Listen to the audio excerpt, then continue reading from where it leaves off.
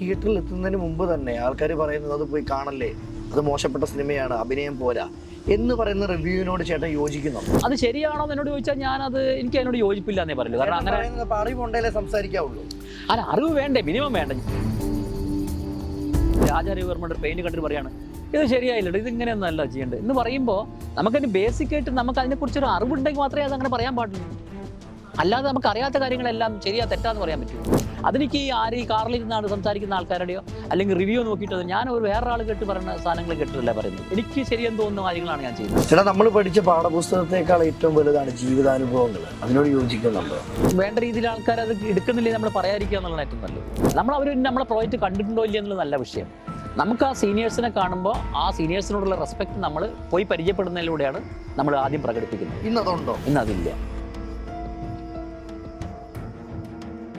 ചേട്ടാ, ഇന്നൊരു സിനിമ ഇറങ്ങുമ്പം ഒരുപാട് ആളുകൾ റിവ്യൂ ചെയ്യുന്നുണ്ട്. ആ സിനിമ ഒരുപക്ഷെ തിയേറ്ററിൽ എത്തുന്നതിന് മുമ്പ് തന്നെ ആൾക്കാർ പറയുന്നത് അത് പോയി കാണല്ലേ, അത് മോശപ്പെട്ട സിനിമയാണ്, അഭിനയം പോരാ എന്ന് പറയുന്ന റിവ്യൂവിനോട് ചേട്ടൻ യോജിക്കുന്നുണ്ടോ? ഒരിക്കലും യോജിക്കില്ല. കാരണം എന്താ വെച്ചാൽ ആ സിനിമ പോയി കാണരുത് എന്ന് പറഞ്ഞു വെച്ചാൽ അങ്ങനെ ഇപ്പോൾ ഒരു പ്രേക്ഷകൻ ഇപ്പോൾ അജിൻ എന്നോട് പറയുകയാണ് ആ സിനിമ കാണരുത് ചേട്ടാ ഭയങ്കര മോശമാണ് എന്ന് പറഞ്ഞാൽ ഞാൻ അത് പോയി കാണാതിരിക്കുക എന്ന് പറഞ്ഞാൽ അത് ഭയങ്കര ശുദ്ധമായ മണ്ടത്തരമാണ്. അങ്ങനെ ചെയ്യരുത്. കാരണം ഓരോ ആളുകളുടെയും ആസ്വാദന ശേഷി ഡിഫറൻ്റ് ആണ്. ഓരോ ആളുകളുടെയും വീക്ഷണം വ്യത്യസ്തമാണ്. ഈ 100 പേർ ഒരു അമ്മയുടെ മക്കളിൽ 5 പേരിൽ 5 പേരും ഡിഫറൻ്റ് ആണ്. അപ്പോൾ പിന്നെ നമ്മൾ ഈ ലോകത്തുള്ള എല്ലാ ആൾക്കാരും വ്യത്യസ്തരല്ലേ, വ്യത്യസ്തമായ അഭിരുചികളുള്ള ആൾക്കാരാണ്. അപ്പോൾ എങ്ങനെ ഞാൻ കണ്ട് ഇഷ്ടപ്പെട്ട ഒരു സിനിമ അല്ലെങ്കിൽ ഞാൻ കണ്ട് മോശമാണെന്ന് എനിക്ക് തോന്നിയൊരു സിനിമ മറ്റുള്ളവരും മോശമായിക്കൊള്ളണമെന്നില്ല. നമുക്ക് അഭിപ്രായങ്ങൾ എനിക്ക് ആ പടം ഇഷ്ടപ്പെട്ടില്ല എന്ന് പറഞ്ഞാൽ പോലും അതൊരു പബ്ലിക്കായിട്ടൊരു മീഡിയത്തിലൂടെ നമ്മൾ പറയുമ്പോൾ അത് ശരിക്കും ഒരു നെഗറ്റീവായിട്ടാണ് ഒരു സിനിമ ഒരു സൃഷ്ടിയെ തകർക്കുകയല്ലേ എന്നാണ് ഞാൻ ചോദിക്കുന്നത്. സിനിമയെ ബാധിക്കാറുണ്ട്? അത് സിനിമയെ ബാധിക്കുന്നുണ്ടെന്നാണ് ഞാൻ പറഞ്ഞു കേൾക്കുന്നത്. ഇപ്പം ഞാനിപ്പോൾ അതിലൊരു ആധികാരികമായ അഭിപ്രായം പറയേണ്ട ആളൊന്നല്ല. പക്ഷേ അത് ശരിയാണോ എന്ന് എന്നോട് ചോദിച്ചാൽ എനിക്ക് അതിനോട് യോജിപ്പില്ല എന്നേ പറയുള്ളൂ. കാരണം അങ്ങനെ അറിവുണ്ടേലേ സംസാരിക്കാവുള്ളൂ. അല്ല, അറിവ് വേണ്ടേ, മിനിമം വേണ്ട. ഞാൻ ചോദിക്കട്ടെ, നമ്മളിപ്പോൾ ഒരു കലാസൃഷ്ടി കണ്ടിട്ട് ഞാൻ ഒരു പ്രതിഭ ഉണ്ടാക്കി വെച്ചിരിക്കുന്നു. ആ പ്രതിഭ നമ്മൾ പറയണത് ഭയങ്കര ബോറാണല്ലോ എന്ന് പറഞ്ഞു. ഒരു പെയിൻറ്റിങ് കണ്ടുന്നു, മൈക്കൽ ആഞ്ചലോയുടെ ഒരു പെയിൻറ്റിങ് അല്ലെങ്കിൽ മറ്റേ ആരുടെ രാജാരവിവർമ്മയുടെ ഒരു പെയിൻറ്റിങ് കണ്ടിട്ട് പറയാണ് ഇത് ശരിയായില്ല, ഇതിങ്ങനെയൊന്നും അല്ല ചെയ്യേണ്ടത് എന്ന് പറയുമ്പോൾ നമുക്കതിന് ബേസിക്കായിട്ട് നമുക്ക് അതിനെക്കുറിച്ചൊരു അറിവുണ്ടെങ്കിൽ മാത്രമേ അതങ്ങനെ പറയാൻ പാടുള്ളൂ. അല്ലാതെ നമുക്ക് അറിയാത്ത കാര്യങ്ങളെല്ലാം ശരിയാ തെറ്റാന്ന് പറയാൻ പറ്റുമോ? അല്ല, എൻ്റെ ഒരു സംശയമാണ്.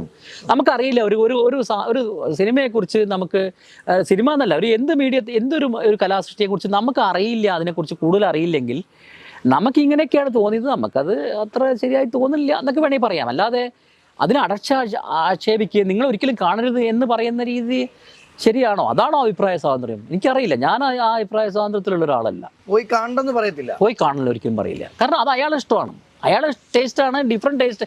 ഞാൻ എൻ്റെ പല സുഹൃത്തുക്കളും പറഞ്ഞ നല്ല സിനിമ ഭയങ്കര ബോറാന്ന് പറഞ്ഞ സിനിമകൾ കണ്ടിട്ട് എനിക്ക് ഇഷ്ടപ്പെട്ടു. ഞാൻ ഭയങ്കര ബോറാന്ന് പറഞ്ഞ സിനിമകൾ അവർക്ക് ഇഷ്ടപ്പെട്ടു.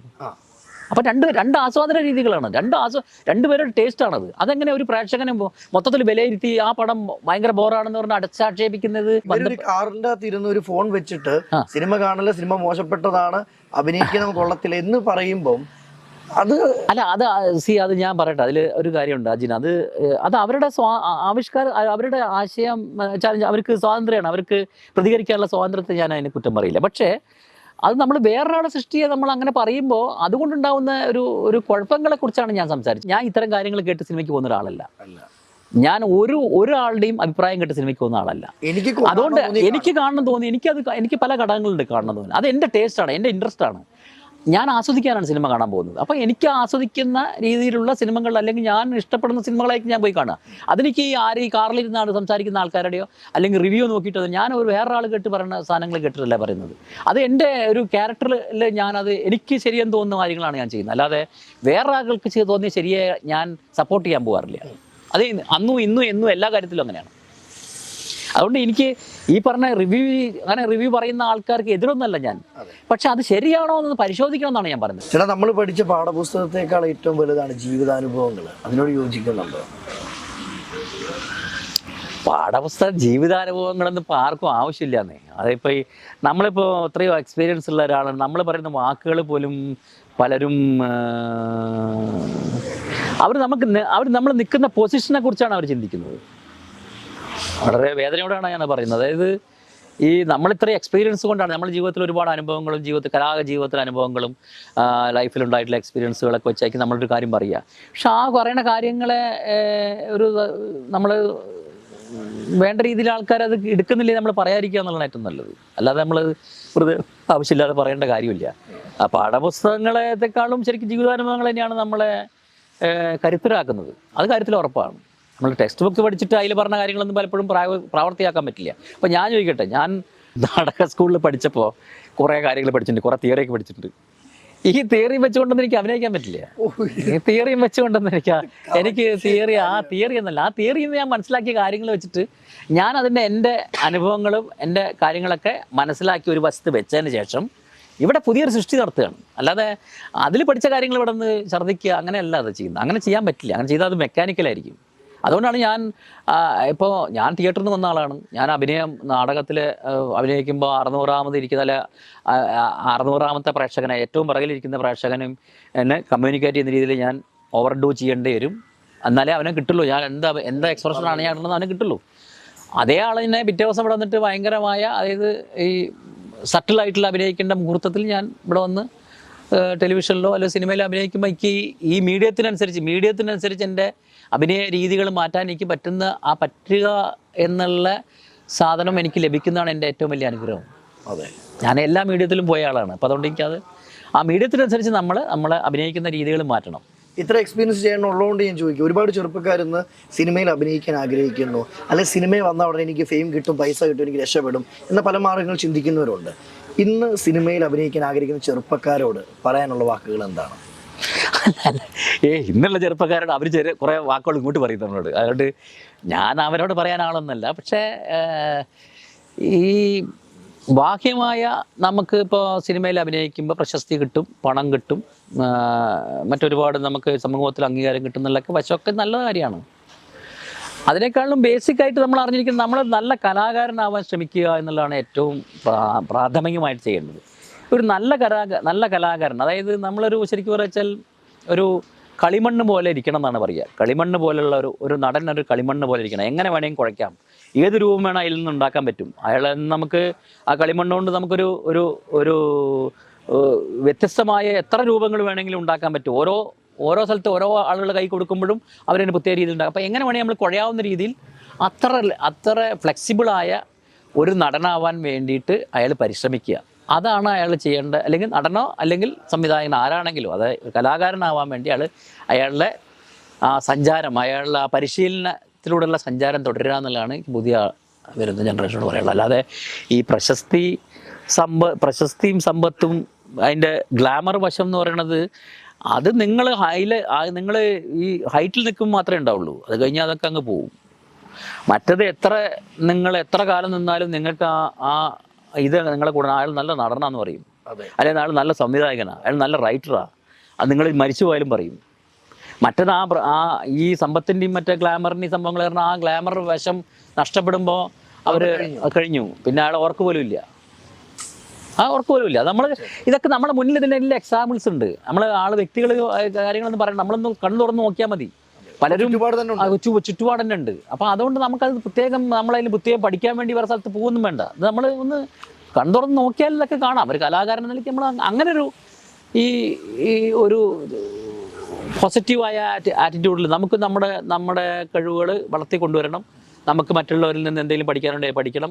അങ്ങനെയുള്ള ആറ്റിറ്റ്യൂഡിൽ പോവുകയാണെന്ന് വെച്ചാൽ അയാൾക്ക് ഒരു നല്ല പോസിറ്റീവായിട്ട് കുറച്ച് കാലം നിൽക്കാൻ പറ്റുന്നതാണ് എൻ്റെ വിശ്വാസം. അതൊക്കെ എൻ്റെ വിശ്വാസമാണ്. ഇതൊക്കെ ശരിയോ തെറ്റോ ഒന്നും എനിക്കറിയില്ല. എനിക്കങ്ങനെ തോന്നുന്നു. എൻ്റെ ശരികളാണ് ഞാൻ വിശ്വസിക്കുന്നത്. അല്ലാതെ വേറൊരാളെ ശരി എല്ലാവരും പറയണു, അയാൾ ഒരു നുണ എല്ലാവരും പറയുന്നു, അപ്പം എന്നോട് പറയുകയാണ്, എല്ലാവരും പറയുകയാണ് ആ നുണ ശരിയാണെന്ന് പറയുന്നു. നിങ്ങളും പറയൂ, 100 പേരിൽ 99 പേരും പറയുന്നു ആ നുണ ശരിയാണെന്ന് പറയുന്നു. അപ്പോൾ നമ്മൾ പറയും എനിക്ക് ആ നുണ ശരിയാണെന്ന് എനിക്ക് തോന്നുന്നില്ല, ആ നുണ തന്നെയാണ് എന്ന് പറയാൻ ഞാൻ കാണിക്കുന്ന ആർജവമാണ് നമ്മളൊരു വ്യക്തിത്വം എന്ന് പറയുന്ന സാധനം. അത് നമ്മൾ ഉണ്ടാവണം. അത് കലാസൃഷ്ടിയുടെ കാര്യത്തിലാണ് ഞാൻ പറഞ്ഞത്. ഇപ്പം 100 പേര് ഒരു പടം ഇഷ്ടപ്പെട്ടു, 101ാമത്തെ ആളായിട്ട് എന്നോട് ചോദിച്ചാൽ എനിക്ക് ഇഷ്ടപ്പെട്ടില്ല, ഞാൻ ഇഷ്ടപ്പെട്ടില്ല തന്നെ പറയും. അപ്പം ഞാൻ പക്ഷേ അതിന് വിമർശിക്കുക, അങ്ങനെ ഈ പറഞ്ഞ പോലെ കാറിലിരുന്ന് മറ്റേ അടിച്ചോ അവന് തകർക്കണം പോലത്തെ പറയില്ല. എനിക്ക് ഇഷ്ടപ്പെട്ടില്ല. ചിലപ്പോൾ എൻ്റെ ആസ്വാദന രീതിയുടെ കുഴപ്പമായിരിക്കും എന്നും പറയും. ആ പറഞ്ഞോട് കൂടി എല്ലാം ആയി. കാരണം വെച്ചാൽ എൻ്റെ ആസ്വാദന രീതിയുടെ കുഴപ്പമാണ്, എനിക്ക് ഇഷ്ടപ്പെട്ടില്ല. ഞാനിവിടെ ആരും കുറ്റപ്പെടുത്താനോ ഒന്നുമില്ല, നമുക്ക് അത്ര അറിവുള്ളൂ.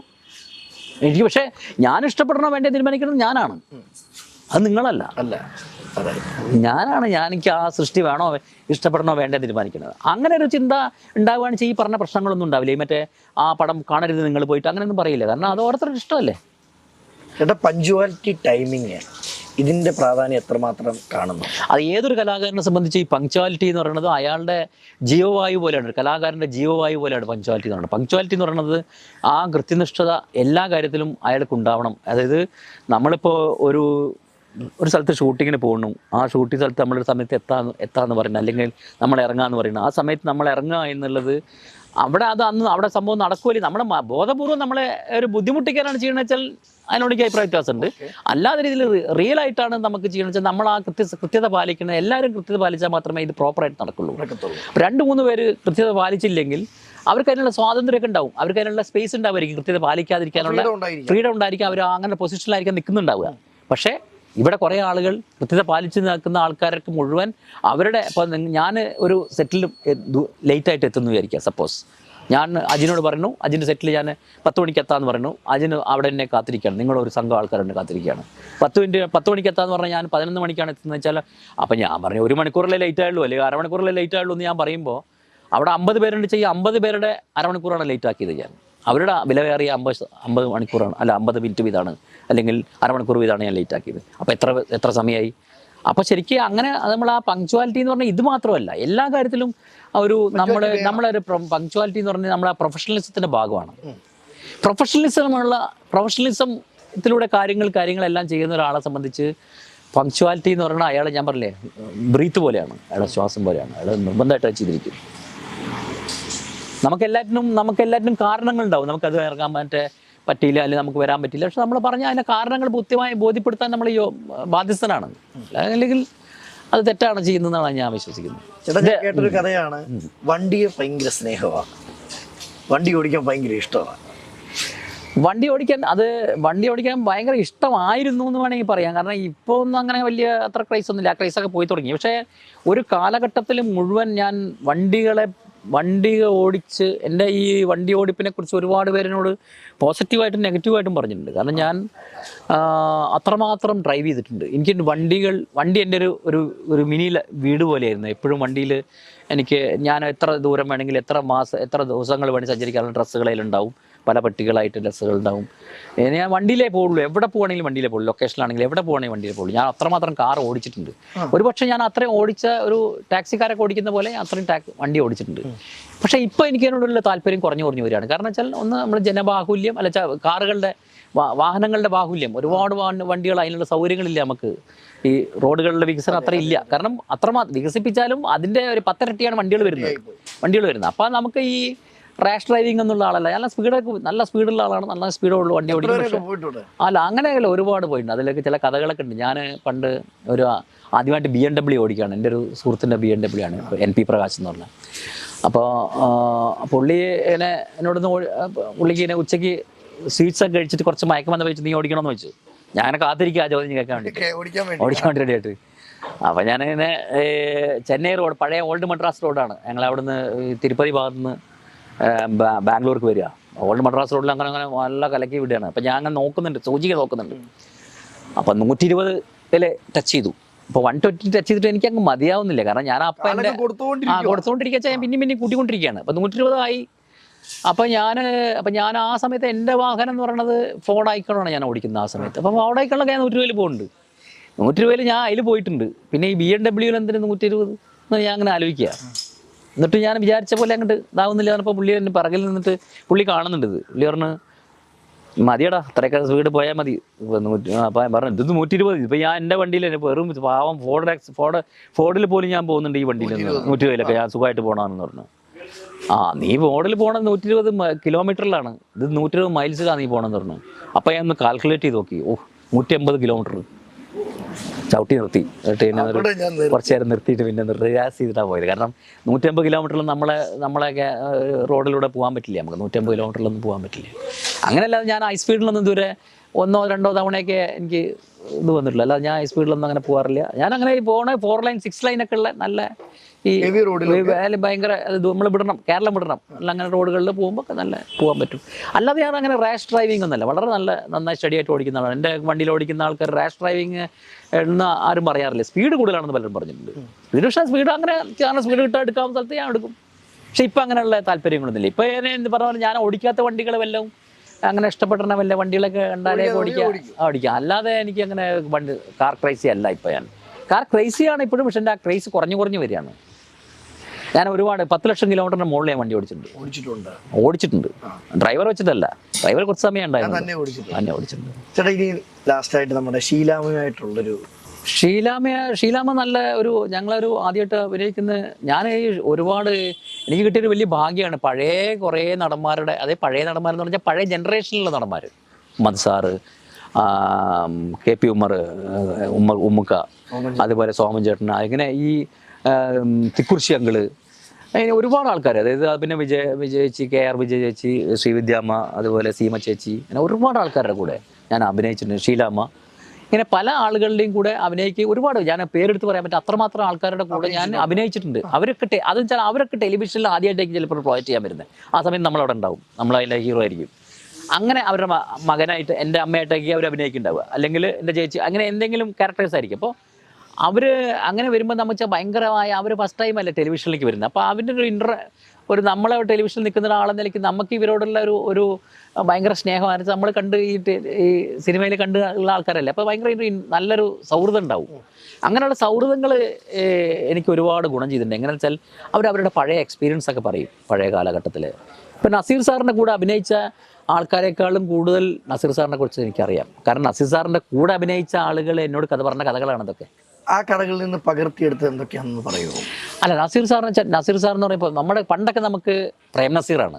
അതെ, നമ്മൾ അഭിനയിക്കുന്ന സമയത്ത്, അഭിനയിക്കാൻ വരുന്നതിന് മുമ്പേയൊക്കെ, അല്ലെങ്കിൽ അഭിനയിക്കാൻ വന്ന സമയത്ത് തൊട്ടിട്ട് ആ സമയത്താണെങ്കിൽ പോലും നമ്മൾ പ്രേം നസീർ എന്നാണ് പറയുക. പ്രേം നസീറിൻ്റെ പടങ്ങൾ, പ്രേം നസീർ നമുക്കറിയില്ലല്ലോ, നമുക്ക് പരിചയമില്ലല്ലോ.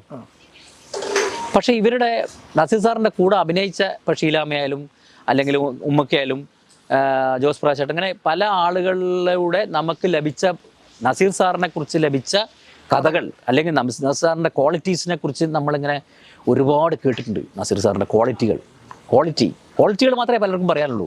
ഞാൻ നെഗറ്റീവ് ഇതുവരെ കേട്ടിട്ടില്ല.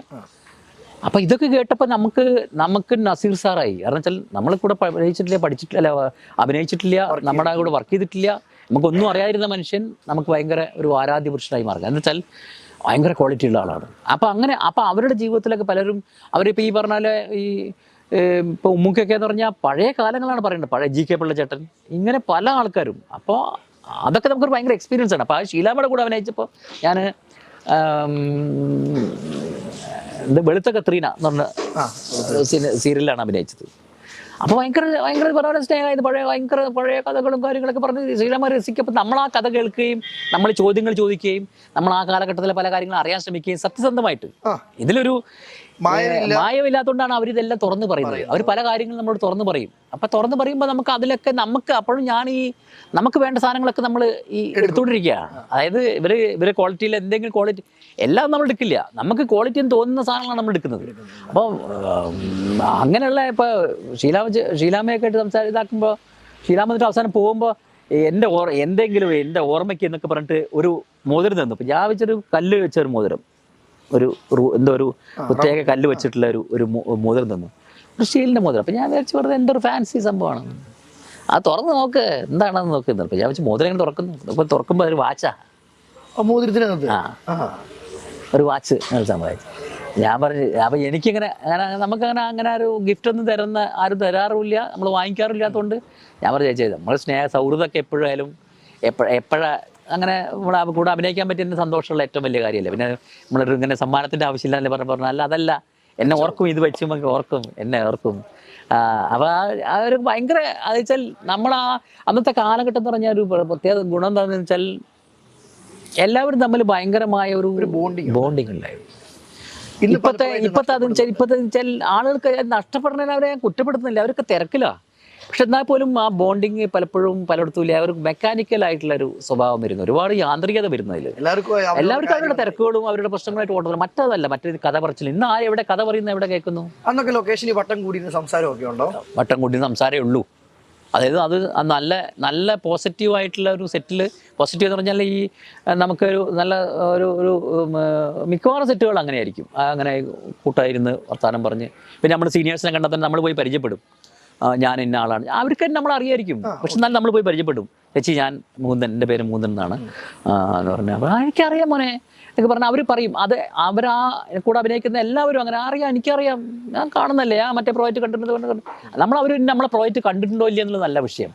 നമുക്ക് ആ സീനിയേഴ്സിനെ കാണുമ്പോൾ ആ സീനിയേഴ്സിനോടുള്ള റെസ്പെക്റ്റ് നമ്മൾ പോയി പരിചയപ്പെടുന്നതിലൂടെയാണ് നമ്മൾ ആദ്യം പ്രകടിപ്പിക്കുന്നത്. ഇന്നതുണ്ടോ? ഇന്നതില്ല, പൂർണ്ണമായിട്ട് ഞാൻ പറയുന്നില്ല. പക്ഷേ മെജോറിറ്റി പീപ്പിൾ മാറി നിൽക്കുക ചെയ്യുക. പക്ഷെ നമ്മളെന്ത് ചോദിച്ചാൽ അങ്ങനെ ഒരു ഗ്യാപ്പ് വരാതിരിക്കാൻ വേണ്ടി അവരെ എന്താ എവിടെയാണ് ചെയ്യുന്നത്, എന്താ വർക്ക് ചെയ്യുന്നു അങ്ങോട്ട് ചോദിക്കും. ചോദിക്കുമ്പോൾ അത് ക്ലിയർ ആവും. ചിലപ്പോൾ അവരെ ഞാൻ പൂർണ്ണമായിട്ട് കുറ്റം പറയില്ല. കാരണം നമ്മൾ വെറുതെ നെഗറ്റീവായിട്ട് പറയാൻ പാടില്ല. പക്ഷേ ഇന്ന് അങ്ങനെ ഇല്ല, അങ്ങനെയുള്ള സംഭവങ്ങൾ വളരെ കുറവാണ്. പക്ഷേ അവർ ചോദിക്കാത്തതിന് ചിലപ്പോൾ കാരണം, ഇപ്പോൾ എന്നെ സംബന്ധിച്ച് പറയുമ്പോൾ അഭിനയിക്കാൻ വരുന്നൊരു കുട്ടി 20 വയസ്സായിട്ടുള്ളൂ, അവരാണ് ഹീറോയിൻ അല്ലെങ്കിൽ ഹീറോ. അവർ 20 വയസ്സ് പറഞ്ഞാൽ അവർ ജനിച്ചപ്പോൾ നമ്മളെ സ്ക്രീനിൽ കാണുന്ന ആളാണ്. അപ്പോൾ ഇയാൾ ഇനിയിപ്പോൾ നമ്മൾ സംസാരിക്കാൻ പോയാൽ ദേഷ്യക്കാർ, അല്ലെങ്കിൽ അവർക്ക് കേട്ടുകേൾവികൾ ഉണ്ടാവാം, അയാൾ അധികം സംസാരിക്കാത്ത ആളാണ്, അങ്ങനെയൊക്കെ കേട്ടുകേൾവികൾ ഉണ്ടാവാം. അപ്പോൾ അതുകൊണ്ട് ചിലപ്പോൾ വരാത്തതും ആവാം. അങ്ങനെ അവരെ പൂർണ്ണമായിട്ട് അവരങ്ങനെ അവർ അഹങ്കാരം കൊണ്ട് വരാത്ത അതല്ല. പക്ഷെ വരാറില്ല. പക്ഷെ നമ്മൾ പോകാറുണ്ട്. നമുക്കിതൊന്നും നമ്മൾ ആലോചിക്കാറില്ല. നമ്മൾ ഇങ്ങനെയുള്ള കാര്യങ്ങളെ കുറിച്ചൊന്നും ആലോചിക്കാറില്ല. നമ്മൾ ചെല്ലുന്ന ഞാൻ ഇന്ന ആളാണ്, അല്ലെങ്കിൽ മത് സാറ് ഞാൻ എന്നാണ് സാറ് പടങ്ങളൊക്കെ കാണാറുണ്ട്, കണ്ടിട്ടുള്ളതെന്ന ആളാണെന്ന് ആ എക്സൈറ്റ്മെൻറ്റ് നമ്മൾ കാണിക്കും. ഇന്ന് അങ്ങനെ ഒരു എക്സൈറ്റ്മെൻറ്റ് കാണാറില്ല എന്ന് പറയാൻ പറ്റില്ല. അങ്ങനെ ഉണ്ട്, ചുരുക്കമാണ്. കുറച്ചും കൂടി അന്നത്തെ അപേക്ഷിച്ച് ഇപ്പോൾ കുറവാണ്. പിന്നെ ഈ ചുറ്റിയിരുന്ന് സംസാരിക്കലൊക്കെ കുറവാണ്. കാരണം ഇങ്ങനെയാകുമ്പോൾ ഒരുപാട് നമ്മുടെ മനസ്സിനെ ഒരുപാട് അന്ന് റിലാക്സ് ചെയ്യിപ്പിക്കുകയായിരുന്നു. ഇപ്പോൾ ടെൻഷനാണ്. കാരണം ഇപ്പോൾ നമ്മൾ ഒറ്റയ്ക്ക് ഇരിക്കുമ്പോൾ ആവശ്യമില്ലാത്ത കാര്യങ്ങൾ ചിന്തിച്ചുകൊണ്ടിരിക്കും, പ്രശ്നങ്ങളും കാര്യങ്ങളും. നമ്മളെ ലൈഫ് അങ്ങനെ മാറി, ലൈഫിൻ്റെ ഒരു മാറ്റമുണ്ട്. മനുഷ്യൻ ഇല്ലാതാക്കുന്നത് മൊബൈലാന്ന് പറഞ്ഞാൽ എന്ത് പറയും? ആവാം. പക്ഷെ അത് മൊബൈലിൻ്റെ ഗുണങ്ങളുണ്ട് ഒരുപാട്. അതുപോലെ മൊബൈലാണെന്ന് പറയും. ഈ ഒറ്റപ്പെട്ട് പോകുന്ന, അല്ലെങ്കിൽ ഒറ്റയ്ക്ക് ചിന്തിച്ച് ആവശ്യമില്ലാത്ത കാര്യങ്ങൾ ചിന്തിക്കുന്നതിനൊക്കെ ഈ മൊബൈൽ പ്രധാന ഘടകമാകുന്നുണ്ട്. ആ നെഗറ്റീവായിട്ടുള്ള മെയിൻ വശം അതാണ്. അതായത് ഗ്രൂപ്പിൽ നിന്നും മാറി ഒറ്റയായി മാറുകയും ആ ഒറ്റയായി മാറുന്നത് കൊണ്ടുണ്ടാവുന്ന നെഗറ്റീവ് വശങ്ങൾ ഉണ്ടാക്കുന്നതിൽ മൊബൈലിന് വലിയ പങ്കുണ്ട്. പക്ഷേ അതേ സമയത്ത് തന്നെ നമുക്കിപ്പോൾ ഡിജിറ്റൽ സാങ്കേതിക വിദ്യയിലൂടെ നമുക്ക് ഇവിടെ ഇരുന്നുകൊണ്ട് വേറൊരാൾക്ക് പൈസ അയക്കാനും മറ്റു കാര്യങ്ങൾ ചെയ്യാനും, എല്ലാ വീഡിയോ കോൾ ചെയ്യാനും, നമുക്ക് ഒരു വീട്ടിലിപ്പോൾ ഒരു പ്രശ്നം വന്നാൽ വിഷമിക്കേണ്ട വീഡിയോ കോളോട് പറഞ്ഞ് അങ്ങനെ നമുക്ക് അതിൻ്റെ ഗുണങ്ങളുണ്ട്. അപ്പോൾ എന്തിനും രണ്ട് വശമുണ്ട്. നമ്മൾ ആ വശത്തെ മനസ്സിലാക്കുകയും, ഇപ്പോൾ അഭിനയം എന്ന് പറയുന്നത് ഇപ്പോൾ നാടകവും സിനിമയും തമ്മിലുള്ള വ്യത്യാസം എന്താണെന്ന് വെച്ചാൽ പറയുന്നത് ഒരു കോയിൻ്റെ രണ്ട് വശങ്ങളാണ് നാടകവും സിനിമയും. അപ്പോൾ നമ്മൾ ആദ്യം ആ കോയിൻ എന്താണെന്ന് നന്നായി മനസ്സിലാക്കി കഴിഞ്ഞാൽ ഈ രണ്ട് വശത്തെക്കുറിച്ചും കൃത്യമായിട്ട് നമുക്ക് ബോധത്തോടുകൂടി ചെയ്യാൻ പറ്റും. അതെ ചേട്ടാ, ഒരുപാട് നേരം നമ്മളോട് സംസാരിച്ച് ഒരുപാട് അറിവുകൾ നമുക്ക് പകർന്നു തന്നു. കാലഘട്ടത്തിലുള്ള വ്യത്യാസം പറഞ്ഞു, അഭിനയം എന്താണെന്ന് പറഞ്ഞ് മനസ്സിലാക്കി തന്നു. ഇനി മുന്നോട്ടുള്ള ജീവിതത്തിൽ എല്ലാവിധ ആശംസകളും നേർന്നുകൊണ്ട് താങ്ക് യു. തീർച്ചയായും എനിക്കും എന്നെ സംബന്ധിച്ച് പഴയ കുറേ എന്താ പറയുക ഗതകാല സ്മരണകൾ അയവിറക്കാൻ പറ്റിയൊരു സമയമായിരുന്നു. ഞാൻ ആ കാലഘട്ടത്തിലൂടെ ഒന്ന് സഞ്ചരിച്ചു വന്നു. ഈ സമയം പോയത് അറിഞ്ഞില്ല. അങ്ങനെ സഞ്ചരിച്ചു വന്നപ്പോൾ അത് പ്രേക്ഷകനെ സംബന്ധിച്ച് പറഞ്ഞ പോലെ പ്രേക്ഷകരുടെ എപ്പോഴും പ്രിയപ്പെട്ട ഒരു ആളായി മാറുക എന്നുള്ളതാണ് ഏതൊരു നടൻ്റെയും എപ്പോഴും സ്വപ്നം. പ്രേക്ഷകൻ്റെ പ്രിയപ്പെട്ടവനാവുക. അപ്പോൾ പ്രേക്ഷകൻ്റെ ആ പ്രിയം ഒരു 10-35 വർഷം നമ്മൾ അഭിനയിച്ചപ്പോഴും ആ പ്രിയം എൻ്റെ കൂടെ ഉണ്ടായിരുന്നതിൽ ഞാൻ അങ്ങേയറ്റം സന്തോഷിക്കുന്നു. പ്രേക്ഷകരോടുള്ള ആ കടപ്പാട് ഞാൻ ഇവിടെ അറിയിക്കുകയാണ്.